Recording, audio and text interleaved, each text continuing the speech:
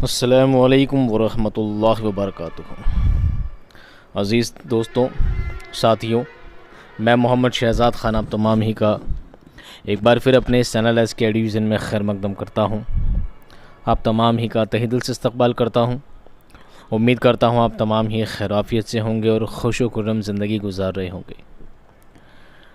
दोस्तों, ये जो सीरीज़ आपके लिए लाई गई है रीड क्लासेस की, कम से कम 2 महीने या 3 महीने समथिंग है आपके एग्ज़ाम में अभी।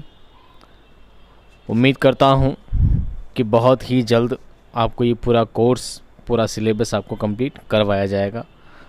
जो भी क्लासेस चल रही हैं, चाहे वो लेवल फ़र्स्ट हो या लेवल सेकंड हो, चाहे लेवल फ़र्स्ट की लैंग्वेज फ़र्स्ट हो या सेकंड हो, चाहे लेवल 2 की लैंग्वेज फ़र्स्ट हो या सेकंड हो, चारों का ही सिलेबस ऑलमोस्ट सेम है, थोड़ा बहुत ऊपर नीचे है। सिलेबस का वीडियो आपको अलग से दिया गया है। मैंने इन क्लासों को इस तरह डिज़ाइन किया है कि ये चारों ही सेक्शन में, यानी चारों ही पार्ट्स में काम आ जाएगा। यानी कि लेवल 2 और लेवल सेकंड में, लैंग्वेज फ़र्स्ट और सेकंड चारों में ही ये काम आ जाएंगी क्लासें। फिर भी आपको लगता है कि आपको वक्त आपका कम है, आपको कम चीज़ें याद करनी है, तो आप सिलेबस वाले वीडियो देखें। और जो चीज़ें आपके काम नहीं आती है, जो चीज़ें लगती है कि वो आप नहीं दे रहे हैं, तो आप चीज़ों को तर्क कर सकते हैं। और या फिर आप अपने इल्म में इजाफ़ा करना चाहते हैं, तो बेहतर है आप सारी क्लासेस कंटिन्यू देखें, क्योंकि कोई ना कोई क्लासेस कहीं ना कहीं क्या होती है, कनेक्टेड होती है। अगर आपको डायरेक्ट सिफ़त के बारे में पूछ लिया जाए तो उसके लिए आपको इस्म का जानना ज़रूरी है। अगर आपको डायरेक्ट ज़मीर के बारे में पूछ लिया जाए तो आपको इस्म का जानना ज़रूरी है। अगर आपको फ़ैल के बारे में पूछ लिया जाए तो आपको इस्म, सिफ़त और ज़मीर के बारे में जानना ज़रूरी है। यानी कहीं ना कहीं हर चीज़ की कहीं ना कहीं क्या है, कड़ी कोई ना कोई जुड़ी हुई है। इसलिए बेहतर है कि आप सभी क्लासें कंटिन्यू देखें, तो आपके इल्म में इजाफ़ा होगा। आपको आने वाले वक्त में कई सारी दुश्वारियों का सामना नहीं करना पड़ेगा, ऐसी मैं आपसे उम्मीद करता हूँ। दूसरी बात, आप लोगों के लिए जो क्लास की सीरीज़ लेकर आया हूँ, क्योंकि आज भी एक स्टूडेंट ही समझ लीजिए, एक दोस्त का, एक मोहतरमा का फ़ोन आया था और उन्हें ज़रूरत थी कि फ़र्स्ट ग्रेड की क्लासेस कहाँ से लें। चूँकि आप सभी जानते हैं उर्दू एक रेयर सब्जेक्ट है ना। उर्दू क्या है, एक रेयर सब्जेक्ट है। इसकी इजीली क्लासेस अवेलेबल नहीं होती है। हिंदी, इंग्लिश वगैरह की बहुत सारे कोचिंग इंस्टीट्यूट हैं जहाँ पर क्लासेस मिल जाती हैं, बआसानी मिल जाती हैं। लेकिन उर्दू एक ऐसा सब्जेक्ट है जिसके लिए ना तो आसानी से कोई कंटेंट मुहैया होता है और ना ही इसके लिए कोई क्लासेस अवेलेबल हो पाती हैं। तो मैंने अपनी कोशिश से ये चाहा कि आपको कोई ना कोई यूट्यूब पर, अगर यूट्यूब पर या कोई दूसरे ऐप के ज़रिए भी अगर आपको क्लासेस दी जाती, तो हो सकता है बहुत सारे भाई लोग ऐसे भी हैं जो पेमेंट की वजह से या बजट की वजह से वो ये सोचते हैं ठीक है उर्दू तो ईज़ी है, उर्दू तो हम खुद पढ़ लेंगे, है ना, उर्दू तो हम खुद सीख लेंगे, हमें तो जीके की क्लासेस चाहिए, इंग्लिश की क्लासेस, मैथ्स की क्लासेस चाहिए, तो हम उर्दू में टाइम ख़राब क्यों करें। और वही चीज़ अगर आपको फ्री में मिल जाएगी, मुफ्त में मिल जाएगी, तो हो सकता है भाई लोग उससे देखकर अच्छी तैयारी कर लेंगे और इंशाल्लाह उम्मीद करता हूँ जॉब भी हासिल कर लेंगे। तो मेरा मकसद सिर्फ इतना है कि उर्दू की क्लासेस जो बहुत कम मिलती है, तो मैंने कोशिश की है कि उर्दू की क्लास में आपको पूरा कोर्स मुहैया कराऊँ, बहुत अच्छे और बेहतरीन ढंग से मुहैया कराऊँ, ताकि आप इससे अच्छी तरह से समझें।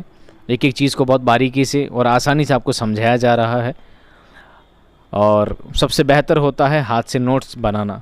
तो जितना बेहतर होगा, आप वीडियो को पॉज करके, रोक कर, रिपीट करके आप खुद नोट्स बनाएंगे तो आपके लिए ज़्यादा बेहतर होगा, बहुत ज़्यादा मुफीद होगा। ये बातें आपको एग्ज़ाम टाइम में ज़्यादा समझ में आएंगी। बहरहाल, बातों का सिलसिला ख़त्म करने से पहले मैं एक बात फिर कहना चाहूँगा, क्योंकि मेरी ख्वाहिश है कि आप सभी का, उर्दू पढ़ने वाले तमाम दोस्तों का भला हो, तमाम दोस्तों को उर्दू की अच्छी तालीम मिले, उर्दू की क्लासें मुफ्त में मिले। मैं एक एक के घर जाकर तो मैं नहीं पहुंचा सकता, मैंने एक प्लेटफॉर्म चुना है यूट्यूब का।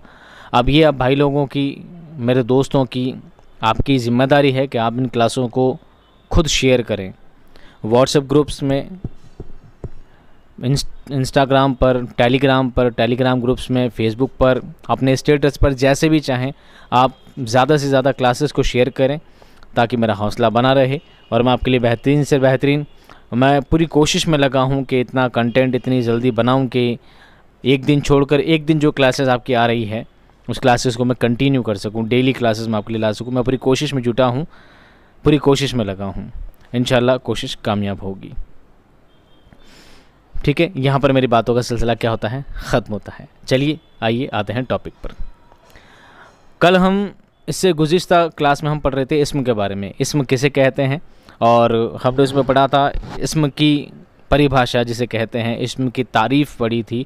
और उसके बाद हमने ये देखा था कि इस्म तादाद के लिहाज से इस्म को दो हिस्सों में बांटा जाता है, वाहिद और जमा। उसके बाद हमने पढ़ा था जमाउल जमा नाम की भी कोई चीज़ होती है और इसमें जमा नाम की भी कोई चीज़ होती है, हालांकि बांटा सिर्फ तकसीम से दो हिस्सों में ही किया जाता है। उसके बाद हमने ये पढ़ा था कि इस्म को जिन्स के एतबार से दो हिस्सों में बांटा जाता है, मुज़क्कर और मुअन्नस। और उसके बाद हमने पढ़ा था कि इस्म को बनावट के एतबार से तीन हिस्सों में बांटा जाता है, इसमें जामिद, इसमें मस्दर, इसमें मुश्तक।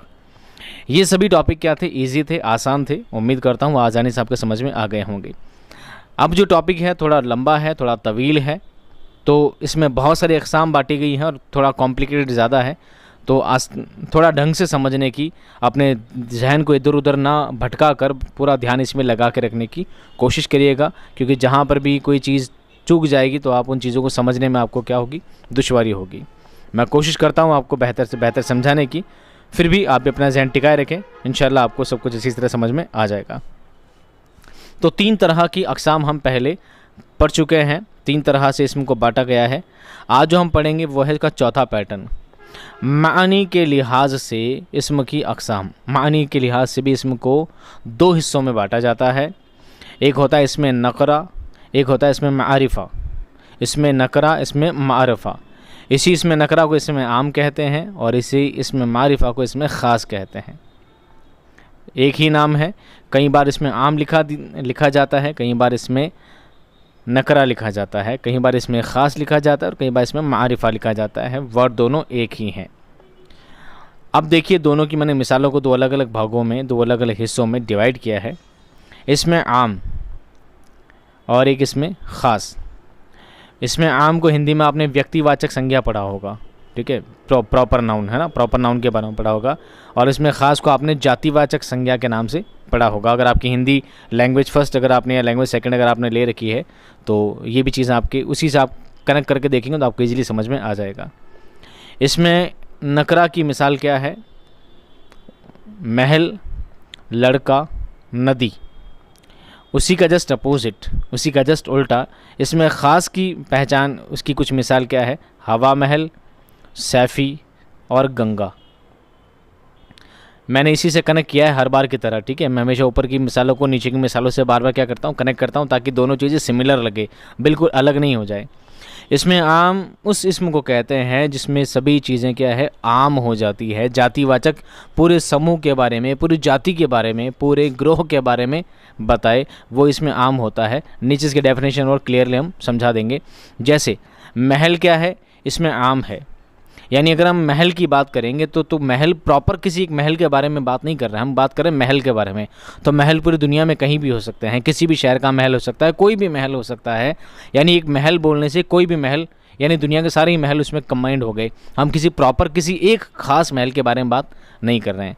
अगर हम बात करें लड़का, एक लड़का था जो कूद रहा था, फांग रहा था, कुछ भी कर रहा था, लड़का बदमाशी कर रहा था, तो यहाँ पर लड़का कोई प्रॉपर नाउन नहीं है, लड़का प्रॉपर नहीं है, लड़का कोई ख़ास लड़के के बारे में बात नहीं की जा रही है। तो यहाँ पर लड़का क्या हो जाएगा, आम हो जाएगा, इसमें नकरा हो जाएगा। और बात करें हम नदी की, कि फ़लाँ नदी बहुत लंबी है, फ़लाँ नदी बहुत बड़ी है, तो फ़लाँ मैंने डॉट डॉट लगा दिया है, किसी ख़ास नदी के बारे में बात नहीं कर रहे हैं, नदी बहुत बड़ी है। तो इस नदी से मुराद है कि दुनिया की, जहान की सारी नदियों को हमने इसमें शामिल कर लिया है। हम किसी भी नदी के बारे में बात कर सकते हैं, हम किसी प्रॉपर किसी ख़ास नदी के बारे में बात नहीं कर रहे हैं। इस तरह की अगर अब मिसाल दी जाए, कोई भी नाम, कोई भी इस्म दिया जाए, तो वो कहलाएगा इसमें आम या इसमें नकरा।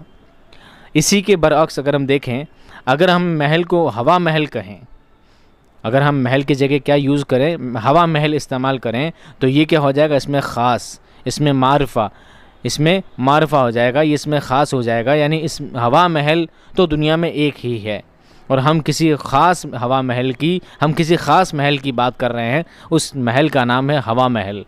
उस महल का भी प्रॉपर एक ख़ास नाम है, उसका नाम है हवा महल, जो कि जयपुर में है। यहाँ पर हमने सिर्फ लड़के की बात की थी, यहाँ हम बात कर रहे हैं सैफ़ी की। सैफ़ी मेरा तखल्लुस है, ठीक है। मैं खुद भी थोड़े बहुत अशार लिख लेता हूँ। अगर आपने मेरे शॉर्ट्स वगैरह देखे होंगे तो जो शॉर्ट्स में जो गज़लें लिखी वो मैंने खुद ने लिखी हैं। तो सैफ़ी मेरा तखल्लुस है, आप सैफ़ी समझ लीजिए, किसी लड़के का नाम है। तो यहाँ पर हम प्रॉपर किसी सैफ़ी, स्पेशली किसी सैफ़ी की बात कर रहे हैं, ठीक है। और लास्ट में है गंगा। गंगा एक नदी का नाम है, गंगा एक नदी का नाम है। हालांकि गंगा किसी औरत या किसी लड़की का नाम भी हो सकता है, लेकिन यहाँ पर प्रॉपर वैसे गंगा नाम किसका है? गंगा एक नदी का नाम है। यहाँ पर नदी है तो इसमें आम है, यहाँ पर गंगा है तो इसमें ख़ास है, क्योंकि इसमें ख़ास किसी ख़ास चीज़ के, किसी ख़ास शख्सियत के, किसी ख़ास इस्म के बारे में निशानदही करता है। चलिए, ये तो था इसका टेबल चार्ट। आगे हम देखते हैं, इसको डिटेल में समझते हैं। इसमें नकरा की पहले पहचान, उसकी परिभाषा, उसकी तारीफ़ पढ़ लेते हैं, समझते हैं। उस इस्म को कहते हैं जो किसी आम शख्स, आम जगह, आम चीज़ के नाम को ज़ाहिर करे, ठीक है, जैसा मैंने आपको ऊपर बताया। इसमें नकरा को इसमें आम भी कहा जाता है। देखिए, ये है आम और ये है आम। महापुरुषों, इस आम में और इस आम में कुछ फ़र्क है ना। ये है आम, यानी एक फ्रूट है जिसको मैंगो इंग्लिश में कहते हैं, और ये आम यानी कॉमन, आम यानी कॉमन नाउन और प्रॉपर नाउन। ये आम जनता, ठीक है, ये आम है और ये आम है। अपना तलफ़ुज़ भी सुधारने की क्या करें, कोशिश करें। एक उर्दू के उस्ताद के लिए सबसे ज़्यादा ज़रूरी है कि उसका तलफ़ुज़ बिल्कुल साफ़ हो। जब वो उस्ताद का खुद का तलफ़ुज़ साफ़ होगा, तभी कोशिश करेगा कि वो बच्चों को भी सही तलफ़ुज़ सिखा सके, समझा सके और उनको पढ़ने की मश्क करा सके। मसलन कलम, तालिब इल्म, डॉक्टर, गाय, दरिया, पहाड़, चाकू, घड़ी, मदरसा, मस्जिद वगैरह वगैरह वगैरह। इसमें नकरा में सभी चीज़ आ गई और कोई भी चीज़ क्या नहीं है, प्रॉपर नहीं, हर चीज़ कॉमन है। कलम मतलब कोई भी कलम हो सकती है, तालिब इल्म कोई भी विद्यार्थी, कोई स्टूडेंट हो सकता है, कोई भी डॉक्टर हो सकता है, कोई भी गाय हो सकती है, कोई मदरसा, कोई मस्जिद हो सकती है। हमने किसी भी मस्जिद का नाम नहीं लिया है, लेकिन अगर हम यहाँ पे कहेंगे शाहजहानी मस्जिद, जामा मस्जिद, दिल्ली की जामा मस्जिद, बाबरी मस्जिद, ठीक है, बहुत सारी, अगर हम किसी प्रॉपर किसी मस्जिद के पीछे नाम जोड़ देंगे तो वो इसमें ख़ास हो जाएगा, और नाम नहीं है, मस्जिद है तो कॉमन रहेगा, इसमें नकरा कहलाएगा, ठीक है। आइए, दूसरा जो इसमें है, इसमें मारिफा। इसमें मारिफा उस इस्म को कहते हैं जो किसी ख़ास शख्स, ख़ास जगह या ख़ास चीज़ को वगैरह का नाम हो, जैसा मैंने आपको ऊपर बताया था।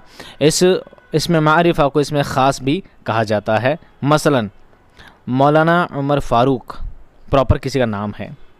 दिल्ली, ऑस्ट्रेलिया, मस्जिदुल हराम, राजस्थान, जामा मस्जिद, कुतुब मीनार, लाल किला, आगरा हो, वगैरह वगैरह वगैरह, ठीक है। ये वाव डबल लग गया, देखिए शायद, आगरा वगैरह वगैरह वगैरह। आगरा किसी स्टेट का नाम है, राजस्थान किसी स्टेट का नाम है। जामा मस्जिद, मैंने कहा सिर्फ मस्जिद है तो क्या रहेगा, इसमें आम रहेगा, लेकिन जामा मस्जिद लग गया, इसका मतलब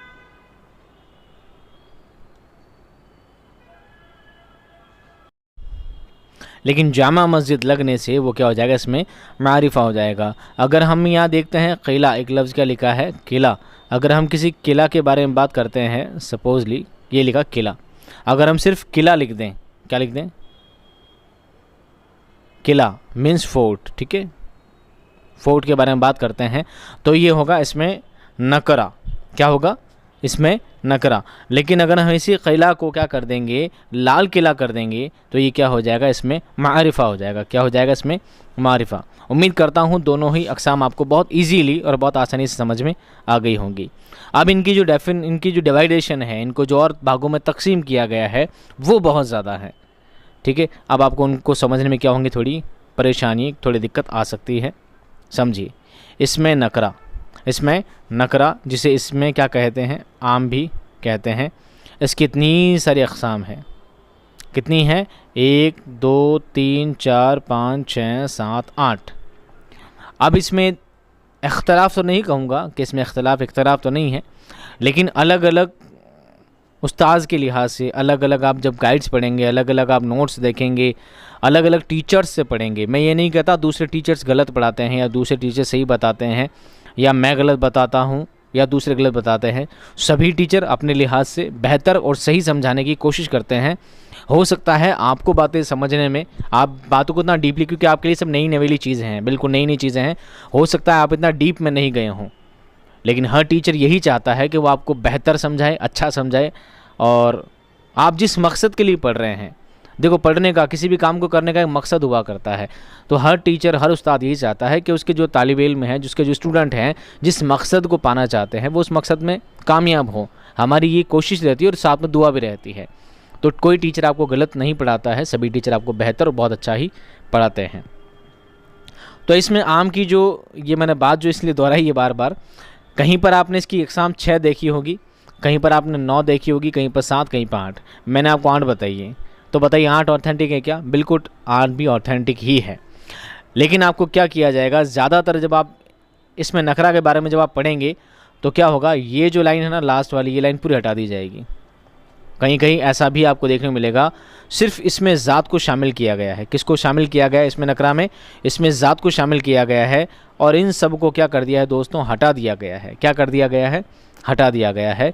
और फिर क्या कहा गया है, इसमें ज़ात की भी क्या है, किस्में अलग अलग है, वो मैं इसके आगे वाली और पढ़ाऊँगा। इसमें ज़ात, इन 8 किस्मों के अलावा इसमें ज़ात की किस्में अलग हैं। तो क्या किया गया है, उन इसमें ज़ात की किस्मों को इसी में शामिल कर दिया गया है, और उनको इसमें नकरा की किस्में बता दिया गया है। हालांकि वो भी सही है, मैं उनको गलत नहीं कहता, मैं तो अपने बारे में बता दूँ, मैं जो बता रहा हूँ बिल्कुल सही है। तो आइए हम देखते हैं, इसमें नकरा की 8 अक़साम है। इसमें ज़ात, इसमें मसदर, हासिल मसदर, इसमें फ़ाइल, इसमें मफ़ऊल, इसमें जमा, इसमें मुआविज़ा, इसमें हालिया। ठीक है, हम बारी बारी सबके बारे में पढ़ते हैं। इसमें नकरा मानों के लिहाज से इसम की वो किस्म है जो किसी आम शख्स, आम जगह या चीज़ के नाम को ज़ाहिर करे। मसलन चाकू, रुकावट, लड़का, मदरसा, माबूद, रिवॉर्ड, सिलाई वगैरह। इसकी 8 अक़साम है। कितनी अक़साम है? 8 अक़साम है। पहली है इसमें ज़ात। यहाँ पर इसमें ज़ात की और इसके साथ जो 7 और हैं, यानी 8 जो पूरी डेफिनेशन है, 8 जिन भागों में, 8 हिस्सों में जो तकसीम किया गया है, पहले माटों की क्या बताएंगे आपको? तारीफ़ बताएंगे कि कौन सा किस नाम से कहा जाता है। फिर इसमें ज़ात की भी अक़साम अलग है, हम उसको अलग से पढ़ाएंगे, चलिए पहले इसमें ज़ात को समझिए। इसमें ज़ात क्या चीज़ है? इसमें ज़ात वो इसम है जो किसी चीज़ का ज़ाती नाम हो। क्या नाम हो? ज़ाती नाम हो, या ये नाम उस चीज़ को दूसरी चीज़ों से अलग दिखाता है। ये इसमें एक चीज़ की कैफ़ियत दूसरी चीज़ की कैफ़ियत से फ़र्क ज़ाहिर करता है। क्या करता है? फ़र्क ज़ाहिर करता है। मसलन घोड़ा चलाक जानवर है। किताब, कलम, पेंसिल, स्लेट, तख्ती बाज़ार से ख़रीदो। 2 जुमले हैं। घोड़ा चलाक जानवर है, किताब, कलम, पेंसिल, स्लेट, तख्ती बाज़ार से ख़रीदो।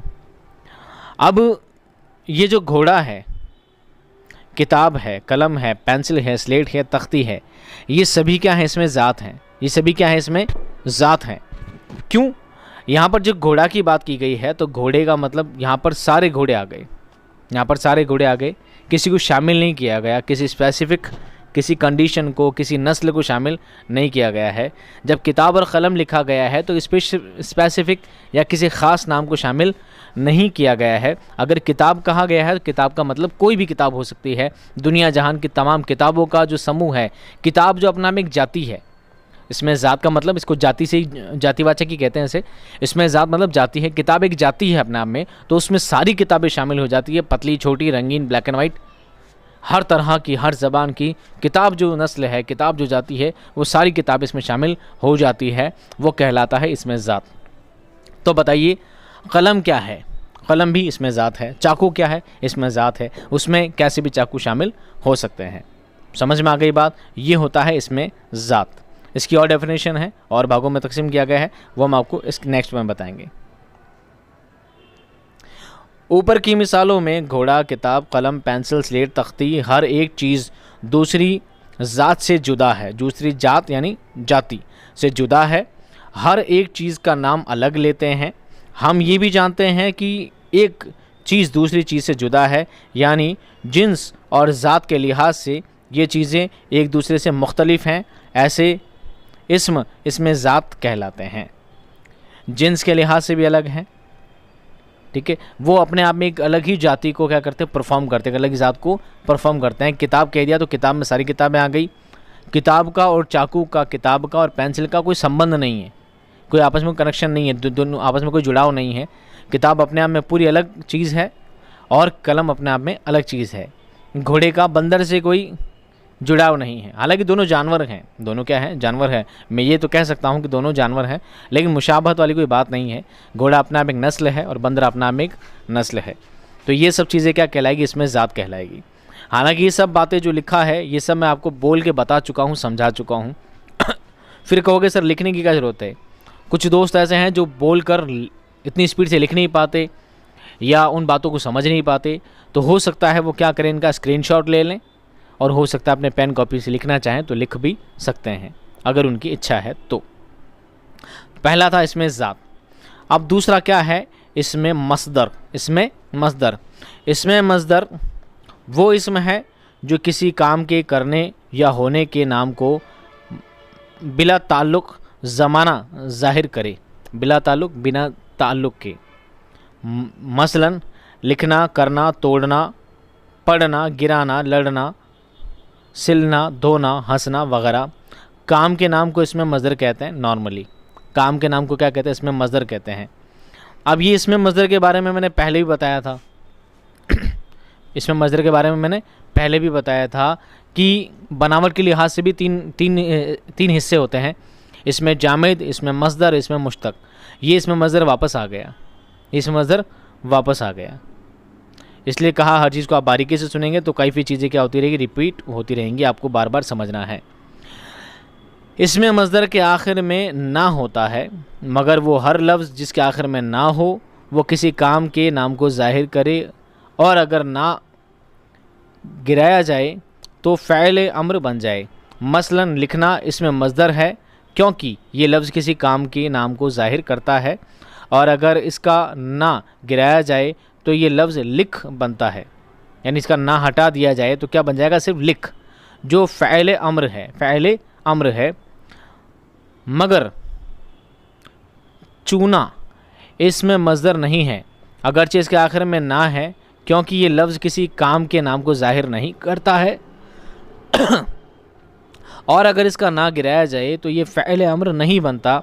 लिहाजा चूना इसमें ज़ात है, इसमें मस्दर नहीं। चूना इसमें ज़ात है, इसमें मस्दर नहीं। क्यों नहीं, बिल्कुल छोटी सी और एक हर्फ की मिसाल समझ लीजिए। मान लीजिए हमने बहुत छोटा सा लफ्ज़ लिया, करना। हम कहते हैं करना इसमें मज़दर है, करना इसमें मज़दर है, करना का ना हटा दिया तो क्या बचा, कर। क्या बचा, कर। और कर क्या है, फ़ैल अम्र है, यानी किसी को कहने का, किसी को आदेश, किसी को ऑर्डर, कर, ये काम कर। लिखना इसमें मज़दर है, ना हटा दिया तो क्या बचा, लिख, ये कॉपी में काम लिख, यानी हम किसी को ऑर्डर दे रहे हैं, फ़ैल अम्र। तो ये तो कहलाएगा इसमें मज़दर। लेकिन चूना जो मैंने यहाँ पर मिसाल दी है चूना की, चूना में अगर हमने ना हटा दिया तो बचता क्या है, चू। अब बताइए चू कौन सा काम होता है, चू कौन सा काम होता है। हाँ, चू एक काम होता है, पर वो मैं नहीं बता सकूँगा आपको, कौन बताएंगे, चाइनीज़ लोग बताएंगे कि चू कौन सा काम होता है, ठीक है। तो उर्दू में तो चू नाम का कोई काम नहीं होता है, चाइनीज़ में होता होगा तो खुदा बेहतर जाने। इस तरह हम इसमें मज़दर की क्या करते हैं, पहचान करते हैं ना से। अब एक दूसरा लफ्ज़ है, उसका नाम है हासिल मज़दर। क्या है, हासिल मज़दर। इसकी पहचान थोड़ी अलग है। देखिए, हासिल मज़दर वो इसम है जिसमें मज़दर की कैफ़ियत या असर पाया जाता है, सिर्फ कैफ़ियत यानी भाव पाया जाता है। ये इसमें मज़दर से हासिल होते हैं या बनते हैं, मसलन हंसी, झगड़ा, लूट, बिगाड़, बकरी नहीं, कहाँ से आ गए, लूट और बिगाड़। यानी कि हासिल मज़दर क्या होते हैं, यानी इसमें मज़दर तो हम मज़दर से समझ जाते हैं। हासिल मज़दर क्या है, हासिल मज़दर उसके नाम से पता चलता है कि मज़दर से हासिल होने वाला, मज़दर से हासिल होने वाला।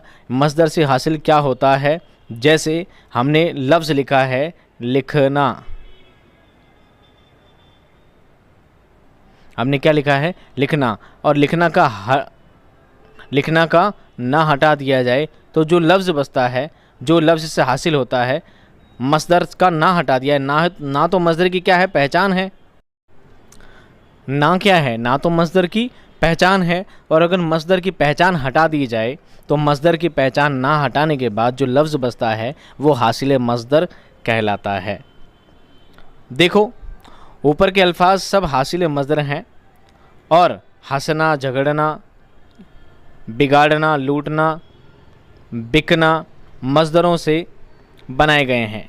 ऐसे इसमों को हासिल मसदर कहा जाता है क्योंकि ये मसदर के कैफ और असर को ज़ाहिर करते हैं, मसदर के कैफियत को क्या करते हैं, ज़ाहिर करते हैं। इसलिए ये सब लफ्ज़ क्या कहलाएंगे, हासिल मसदर कहलाएंगे। इजी है। अगर मसदर समझ में आ गया है, मसदर समझ में आ गया तो हासिल मसदर भी आपके समझ में आ जाएगा। यानी ना हटाने के बाद जो लफ्ज़ बच जाता है वही क्या कहलाता है, हासिल मसदर कहलाता है। अगला देखिए, इसमें फ़ाइल, कई लोग इसको इसमें फ़ाइल पढ़ते हैं। क्या पढ़ते हैं इसमें फ़ाइल, FILE, क्या पढ़ते हैं इसमें फ़ाइल। बेटा इसमें फ़ाइल नहीं है दोस्तों, इसमें फ़ाइल नहीं है, ये फ़ाइल है। क्या है, फ़ाइल। लफ्ज़ों को सही बोलना और सही करना, सही उच्चारण से, सही तलफ़्फ़ुज़ से बोलने की मश्क और समझ का पूरा एहतियात रखें। इसमें फ़ाइल नहीं है, इसमें फ़ाइल है। इसमें फ़ाइल किसे कहते हैं हमें तो वो समझना है।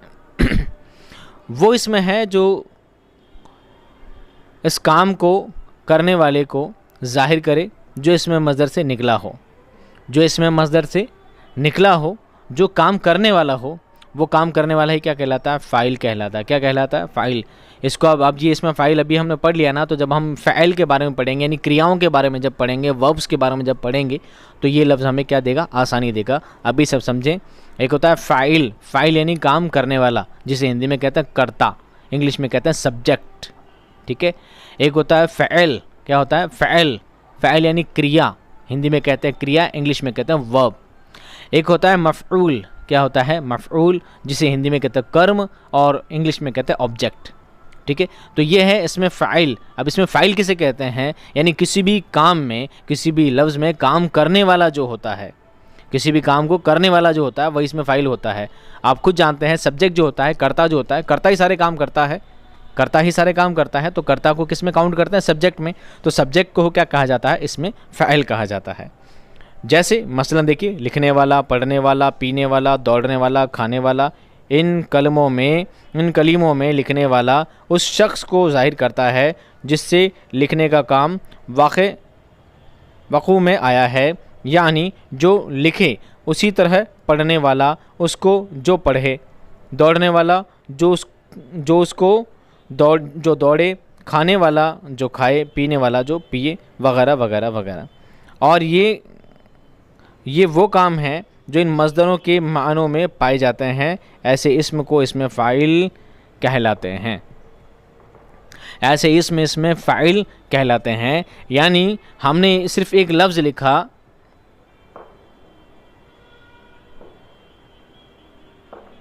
लिख। सबसे पहले हमने क्या लिखा, लिख। तो ये लिख क्या कहलाएगा।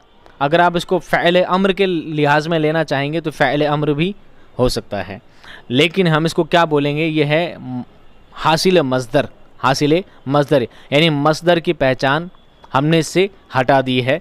हमने लिखा है लिखना, हमने लिखा है लिखना। अगर हम लिखना बोलते हैं तो ये क्या है, इसमें मसदर है, लेकिन हमने इसमें ना हटा दिया, सिर्फ लिख छोड़ दिया। क्या छोड़ दिया, लिख छोड़ दिया, तो ये कहलाएगा हासिल मसदर। लेकिन अगर हम करते हैं इसमें फ़ाइल की बात, तो लिखना का इसमें फ़ाइल क्या होगा, तो लिखना का इसमें फ़ाइल होगा लिखने वाला, लिखने वाला। तो लिखने वाला जो लफ्ज़ है ये क्या है, इसमें फ़ाइल है, इसमें फ़ाइल है। अगर नाम दिया गया है तो बहुत अच्छी बात है, नाम नहीं दिया गया है तो लिखने वाला ही क्या कहलाएगा, इसमें फ़ाइल कहलाएगा। समझ में आ गई, ठीक है। अगला देखिए, ये भी इसी से क्या है, कनेक्टेड है। ये सब आपस में एक दूसरे से क्या है, जुड़े हुए हैं। एक एक चीज़ समझ में आ जाएगी तो दूसरी चीज़ ऑटोमेटिकली आपके समझ में बैठती जाएगी। अगला है इसमें मफ़ऊल। क्या है इसमें, मफ़ऊल। इसमें मफ़ूल वो इसमें नकरा है जो उस बात को ज़ाहिर करे जिस पर काम यानी फ़ैल वाक़े हुआ हो। इसमें मफ़ऊल भी मस्दर से मुश्तक़ निकला हुआ होता है। नहीं समझे? मिसाल से समझते हैं। मसलन लिखा हुआ, पढ़ा हुआ, धोया हुआ, टूटा हुआ, मजबूर, महकूम, मज़लूम वग़ैरह ये सब उसमाए मफ़ऊल मस्दरों से निकले हैं। जैसा मैंने आपको ऊपर समझाया कि एक लफ्ज़ होता है लिखना, बार बार रिपीट कर रहे हैं ताकि इस बात को आप ढंग से समझें। एक लफ्ज़ होता है लिखना, लिखना है, लिखना लफ्ज़ पूरा अपने आप में क्या है? इसमें मस्दर है, इसमें मस्दर है। लेकिन हमने क्या किया? लिखना का ना हटा दिया तो ये क्या हो गया? हासिले मस्दर हो गया। दो परिभाषाएं, दो तारीफ़ें आपको समझ में आ गई है। लिखना पूरा है तो क्या है? इसमें मस्दर है। लिखना का ना हटा दिया तो ना हटाने के बाद, मस्दर की पहचान हटाने के बाद जो लफ्ज़ बचता है वो क्या कहलाता है? हासिले मस्दर कहलाता है। फिर अब ये है लिखने वाला। अब लिखने वाला जो काम लिखने का करता है वो क्या कहलाता है? लिखने वाला सब्जेक्ट। इसको हम बोलेंगे इसमें फ़ाइल, इसमें फ़ाइल। लेकिन लिखने वाला भी हट गया। अब लिखने वाला भी हट गया, हमने इसी को कंटिन्यू किया। हमने लिखा है लिखा हुआ, यानी जिस पर काम का फ़र्क पड़ता हो, जिस पर काम का असर पड़ता हो। सबसे पहले लिखना एक क्रिया, एक काम है, तो ये कहलाता है मस्दर। ये क्या कहलाता है? मस्दर। क्या कहलाता है? मस्दर कहलाता है। लेकिन सिर्फ लिख कहा जाता है तो वो कहलाता है हासिल मस्दर। फिर जब बात आती है लिखने वाला, लिखने वाला यानी जो काम करता है तो वो कहलाता है इसमें फ़ाइल। क्या कहलाता है? इसमें फ़ाइल। लेकिन जिस पर काम का फ़र्क पड़े, जिस पर काम का असर पड़े, वो है लिखा हुआ। वो क्या है? लिखा हुआ। यानी मैंने लिखा, किस पर लिखा? किसी पेपर पर लिखा, किसी पेपर पे, किसी तख्ती पर, कहीं पर कुछ लिखा है तो मैंने बोला ये लिखा हुआ है। ये क्या है? लिखा हुआ है। यानी इस पेपर पे, इस कॉपी पर, इस तख्ती पर इसका असर पड़ा है। जो काम मैंने किया है, जो मैंने लिखा है, उसका असर इस चीज़ पर पड़ा है, लिखा हुआ। तो लिखा हुआ क्या कहलाएगा? इसमें मफ़ऊल कहलाएगा। क्या कहलाएगा? इसमें मफ़ऊल कहलाएगा। मफ़ऊल के बारे में मैं आपको बता चुका हूँ। मफ़ऊल किसे कहते हैं? कर्म को, यानी ऑब्जेक्ट को, जिस पर क्या है? काम का असर पड़ता हो, जिस पर काम का असर पड़ता हो। लिखा हुआ, पढ़ा हुआ, धोया हुआ, टूटा हुआ, ये सब चीज़ें क्या है? क्या कहलाएगी? इसमें मफ़ऊल कहलाएगी। उम्मीद करता हूँ पांचों आपको समझ में आ गए हैं, क्योंकि एक दूसरे से क्या है? सारे जॉइंट हैं। अब है इसमें जमा। इसमें जमा, इसके बारे में हम पहले भी पढ़ चुके हैं, वापस रिपीट करेंगे। इसमें जमा वो इसमें नकरा है जो किसी मजमुआ या ग्रोह के नाम को ज़ाहिर करे। इसमें जमा वाहिद ही इस्तेमाल होता है, अगरचे मानी के लिहाज से जमा ही हो। मैंने आपको पहले बताया था एक इसमें जमा होता है, एक इसमें जमाउल जमा होता है। तो महफिल, जमाअत, गुच्छा, रेवड़ वग़ैरह। और मैंने इससे पहले वाली क्लास में आपको जो लफ्ज़ बताए थे वो क्या था? फ़ौज। क्या बताया था? फ़ौज। उंगली से लिखा नहीं जाता यार। क्या बताया था? फ़ौज। इसमें जमा वो होती है जो लिखी तो वाहिद जाती है, जिसको वाहिद के ज़िम्न में लिखा जाता है, लेकिन होता क्या है? वो अपने आप में जमा होता है। जैसे महफिल में बात चल रही थी, महफिल में बात चल रही थी, और जब बात ख़त्म हो गई तो महफिल वहाँ से चली गई। महफिल उठ खड़ी हुई, महफिल बिखर गई।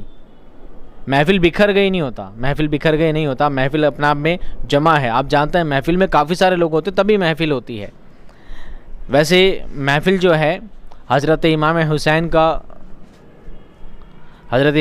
रज़ियल्लाहु ताला अन्हु का जहाँ पर ज़िक्र किया जाता है, असल में उसे ही, उस जगह को, उस मजलिस को ही महफिल कहा जाता है, मजलिस कहा जाता है। तो महफिल में काफ़ी सारे लोग होते हैं, जमाअत में काफ़ी सारे लोग होते हैं।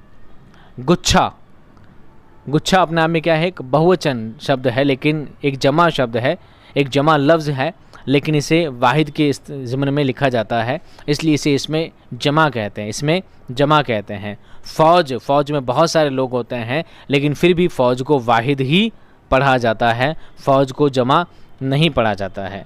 हालांकि फ़ौज का जब जमा आपसे पूछा जाए तो बहुत से महापुरुष, बच्चे तो करते ही हैं ऐसे काम, बड़ों का मुझे पता नहीं, बच्चों की कॉपी चेक करते हैं। फ़ौज का बहुवचन, फ़ौज की जमा क्या होगी? तो मेरे प्यारे बच्चे क्या लिख देते हैं? फ़ौज की फ़ौजें। क्या लिख देते हैं? फ़ौज की फ़ौजें। लेकिन फ़ौज की जमा फ़ौजें नहीं होती, बल्कि क्या होता है? अफवाज होता है। क्या होता है? अफवाज होता है। ऐसे ही इसमें जमा का एक लफ्ज़ और याद आया,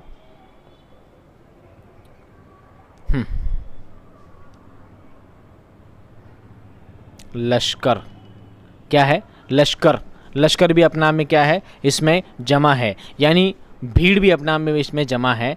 यानी जो लफ्ज़ आप जो देखने में पढ़ने में तो वाहिद आए, लेकिन असल में वो हो क्या? जमा हो। असल में क्या हो? जमा हो। इसमें जमा कहलाते हैं। बहुत इजी था। अगला देखिए, एक नया लफ्ज़ है, इसमें मुआविज़ा। इसमें मुआविज़ा।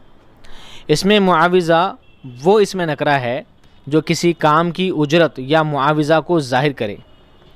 इसमें मुआविज़ा मस्दर से निकला होता है। मसलन रंगाई, सिलाई, धुलाई, कटाई, बुनवाई, ये इस्म बितरतीब इन मस्दरों से निकले हैं। रंगना, सीना, धोना, काटना, बनाना। मुआवज़ा समझते हैं? मुआवज़ा आपने सुना होगा। मुआवज़ा कि गवर्नमेंट को कहीं सड़क बनानी थी और वहाँ पर किसी का खेत था, तो गवर्नमेंट ने क्या किया? उस खेत को काट दिया और वहाँ पर सड़क बना दी। लेकिन आपको उस खेत के रकम नहीं मिलेगी, आपको ज़मीन की असल रकम नहीं मिलती, बल्कि क्या मिलता है? मुआवज़ा मिलता है। क्या मिलता है? मुआवज़ा मिलता है। ऐसे ही किसी बस में किसी का एक्सीडेंट हो जाता है और एक्सीडेंट में कोई फ्रैक्चर हो जाता है, कोई दुर्घटनाग्रस्त हो जाता है, तो उसे क्या मिलता है? मुआवज़ा मिला करता है सरकार की तरफ से कुछ। तो वो क्या है? इसमें मुआवज़ा। क्या है? मुआवज़ा। अब मुआवज़ा भी क्या किससे निकलते हैं? इसमें मज़दर से निकलते हैं। इसमें मज़दर से ही निकलते हैं। जैसे रंगना, सीना, धोना, कटाना, बुनाना, ठीक है, बनाना, ये सब चीज़ें। अब रंगना से बना है रंगाई। मान लीजिए रंगने का कोई काम करता है और आप उसको रंगाई के क्या देंगे? पैसे देंगे। आप ये बोलेंगे रंगाई के पैसे कितने हुए? कोई काम करता है सीने का, किसका काम करता है? सीने का, यानी सिलाई करने का, तो आप बोलेंगे सिलाई के पैसे कितने हुए। कोई काम धोबी करता है, धोने का काम, तो आप पूछेंगे धुलाई के पैसे कितने हुए। कोई बाल काटने का काम करता है, तो कटाई के पैसे कितने हुए। सॉरी, बाल कटिंग होता है, कटाई नहीं होता है, कटाई फसल की होती है, ठीक है। कोई बुनने का काम करता है, तो उसको बुनवाई के पैसे कितने हुए। यानी कि इसमें मुआवज़ा किससे बना है? मुआवज़ा बना है इनसे। मुआवज़ा बना है इसमें मस्दर से निकलने वाले वो लफ्ज़ जो किसी की उजरत या मुआवज़ा को ज़ाहिर करे, तय करे, इसमें मुआवज़ा कहलाता है। और बहुत ही आसान है। मुआवज़ा लफ्ज़ समझते ही आप समझ जाएंगे कि बात पैसे की चल रही है, और पैसे वाली बात तो दोस्त लोग फटाफट समझ जाते हैं। सबसे आखिर में इसमें नकरा हम पढ़ रहे हैं, जिसकी 8 अक़साम थी और 8वीं अक़साम हम पढ़ने जा रहे हैं सबसे आखिरी इसी अक़साम में। इसमें हालिया बहुत आसान है। इसमें हालिया वो इसमें नकरा है जो फ़ाइल या मफ़ूल की हालत को ज़ाहिर करे। फ़ाइल या मफ़ऊल यानी सब्जेक्ट की या ऑब्जेक्ट की हालत को क्या करे? ज़ाहिर करे। इसमें हालिया कहलाती है। नहीं समझे? मिसालों से समझते हैं। देखिए, वो लड़का हंसते हुए चल रहा था।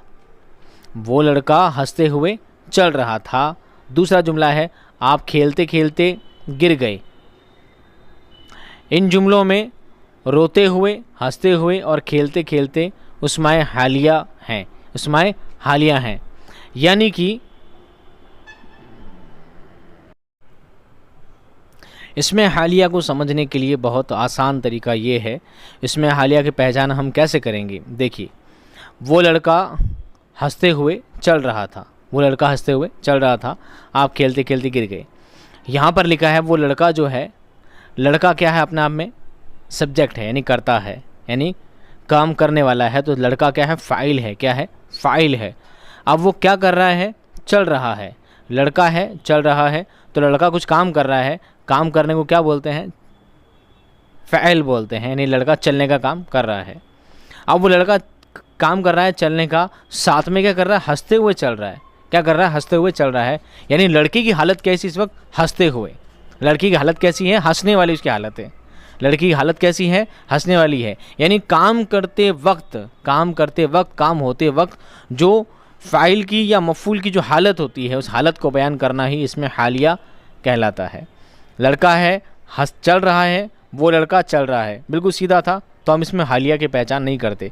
लेकिन कैसे चल रहा है? हंसते हंसते चल रहा है, हंसते हुए चल रहा है। तो ये सब्जेक्ट की यानी कि फ़ाइल की हालत बता रहा है, तो जो हालत बताता है लफ्ज़ हंसते हुए, ये कहलाएगा इसमें हालिया। आप खेलते खेलते गिर गए, आप खेल रहे थे, मान लीजिए आप खेल रहे थे, इसमें कोई हालत पता नहीं चलेगी, लेकिन खेलते खेलते गिर गए, यानी जिस वक्त खेल रहे थे, खेल के बाद हो सकता है आप रुक गए हों और रुकते रुकते आप गिर गए, रुकने बाद गिर गए, लेकिन आप खेलते खेलते ही गिर गए, कंटिन्यू उस हालत में ही गिर गए। आपने गिरने का काम किया। कौन सा काम किया? गिरने का काम किया। और काम करते वक्त आप जब आप गिर रहे थे उस वक्त आप कौन सा काम कर रहे थे? आप खेलने का काम कर रहे थे। तो ये खेलते खेलते गिर गए, ये कहलाएगा इसमें हालिया। उम्मीद करता हूँ ये 8 ही अक़साम आपको समझ में आ गई होगी। हो सकता है थोड़ी कन्फ्यूजन हो इसको याद करने में, समझने में, तो आप वीडियो को रिपीट करके भी सुन सकते हैं, और अगर आपने कॉपी में लिख लिया है तो आप उसको समझने की कोशिश कर सकते हैं। ये था आपका इसमें नकरा। इसके बाद आएगा आपका इसमें मारिफा। क्या आएगा इसमें? मारिफा। चलिए पहले हम वापस थोड़ा शुरू में चलते हैं ताकि आपको कुछ बातें वापस क्या कर दें, रिपीट करा दें, क्योंकि कई बार क्या होता है बातें आपके जहन से आगे पीछे हो जाती है। सबसे पहले हमने क्या पढ़ा था दोस्तों? आज हमने पढ़ा था इसमें आम और इसमें ख़ास, यानी इसम की दो पहचान, इसम के दो मानी के लिहाज से 2 अक़साम है, इसमें नकरा, इसमें मारिफा। इसमें नकरा की 8 अक़साम है जो हमने बारी बारी पढ़ी है। इसमें ख़ास की भी कुछ अक़साम है जो हम बाद में पढ़ेंगे, अभी से बताएंगे, कन्फ्यूजन ज़्यादा हो जाएगी। इसमें आम की यानी इसमें नकरा की जो अक़साम है उनको हमने यहाँ पर लिखा था कि इसमें आम की, इसमें नकरा की कितनी है? 8 अक़साम है। मैंने कहा था अगर ये सब अक़साम, ये छोटी अगर आप याद रखें ना रखें कोई प्रॉब्लम नहीं है। ये अगर आपको याद ना भी रहें दोस्तों कोई दिक्कत वाली बात नहीं है, आपको सिर्फ इसमें ज़ात याद होना ज़रूरी है। अब हम इसमें ज़ात की भी अक़साम हो रहे हैं, उनको हम पढ़ेंगे आगे।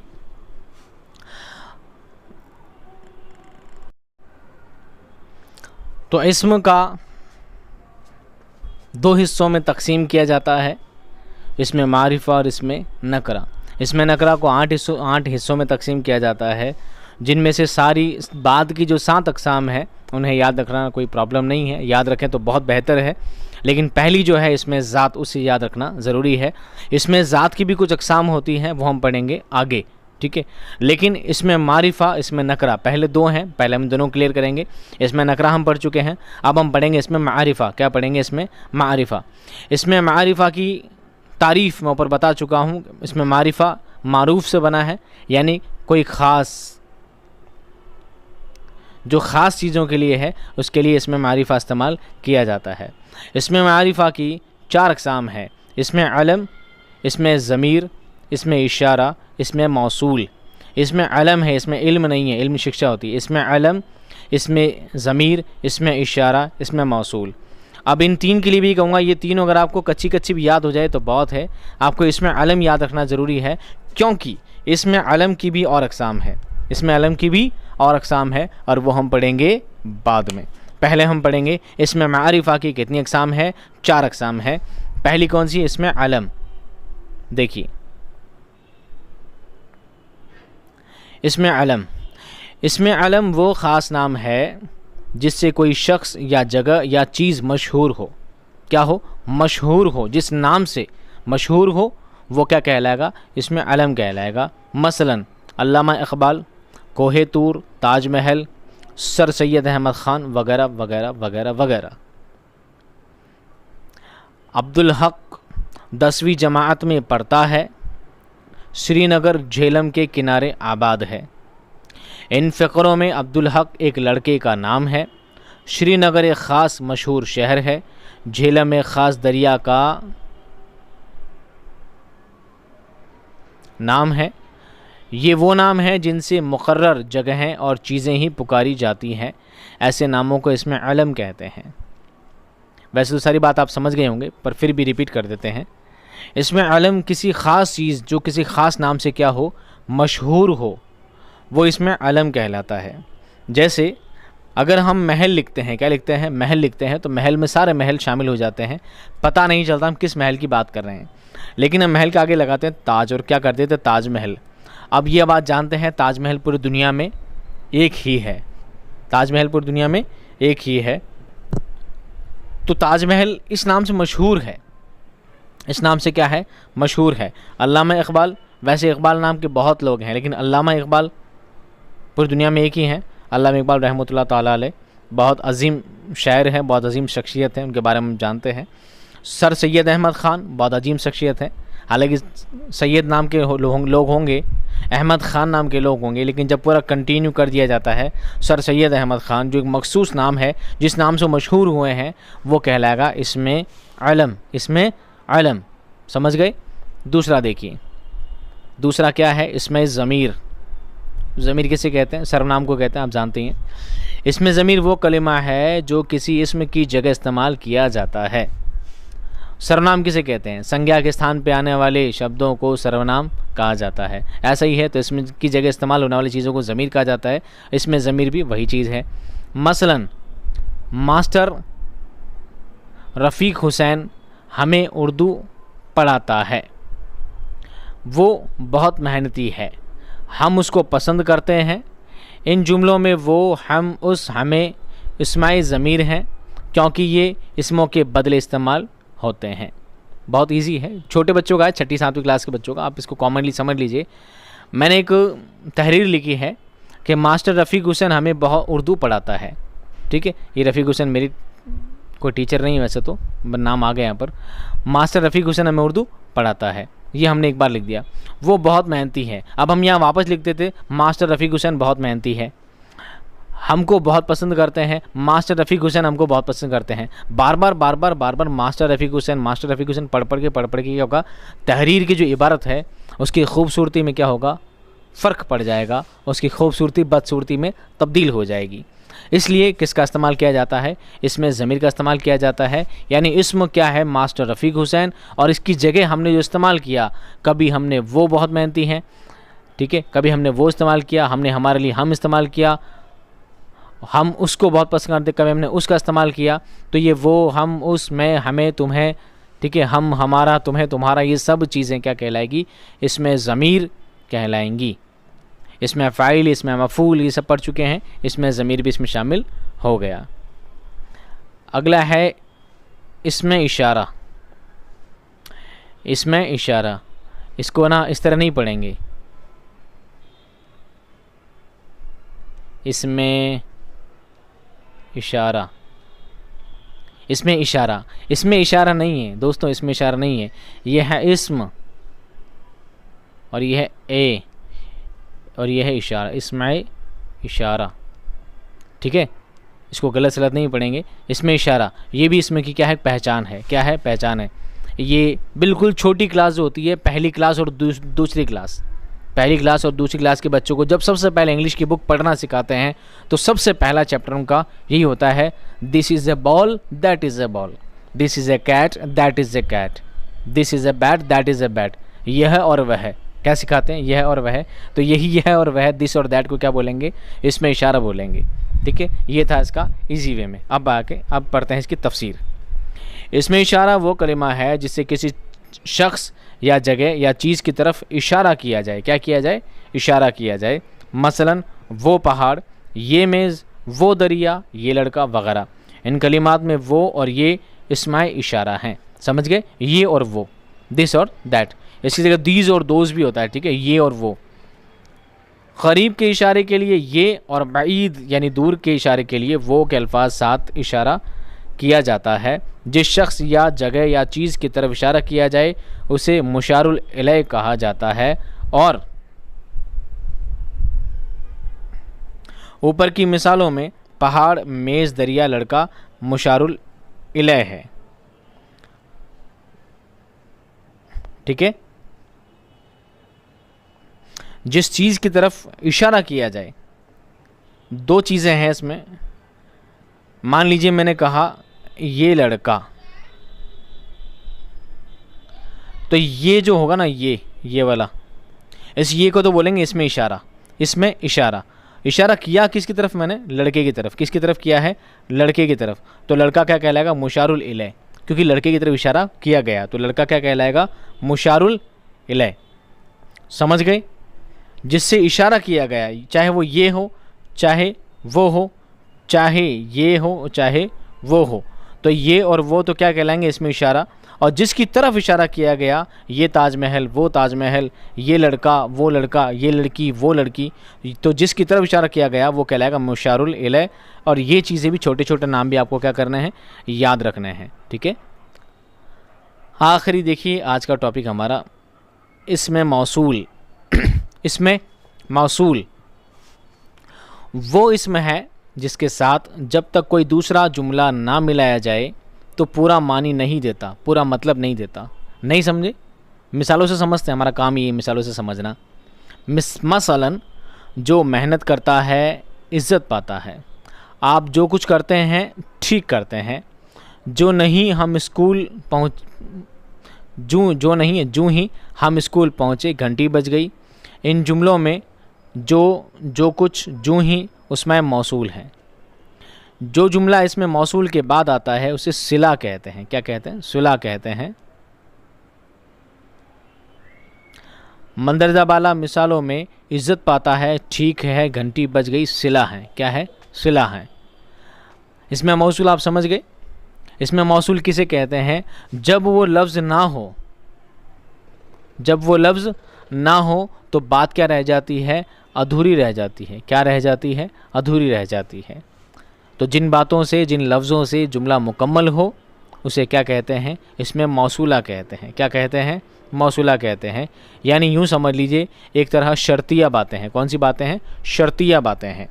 मसलन, जो मेहनत करता है इज़्ज़त पाता है, यानी मेहनत करता है इज़्ज़त पाता है। अब कौन मेहनत करता है भाई, कौन मेहनत करता है, मेहनत करता है इज़्ज़त पाता है, बात अधूरी है।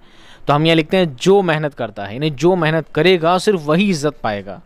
आप मेहनत करोगे आप ही इज़्ज़त पाओगे, आपका पड़ोसी नहीं पाएगा, क्योंकि मेहनत आपने की है, पड़ोसी ने नहीं। आप जो कुछ करते हैं ठीक करते हैं, आप करते हैं ठीक करते हैं, आप करते हैं ठीक करते हैं। अरे भाई आप क्या करते हैं, तो हम ये कहेंगे आप जो कुछ कहते हैं, आप जो कुछ करते हैं सब ठीक करते हैं। जूँ ही हम स्कूल पहुँचे घंटी बज गई।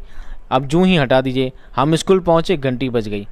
अब ये जुमला मुकम्मल नहीं, हम स्कूल पहुँचे और घंटी बज गई, लेकिन कन्फर्मेशन क्या है, पहले बज गई थी, बाद में बज गई, हमारा स्कूल जाने के बाद बजी। हमने लिखा जूँ ही, यानी जैसे ही हम स्कूल पहुँचे और घंटी उस वक्त बजनी थी।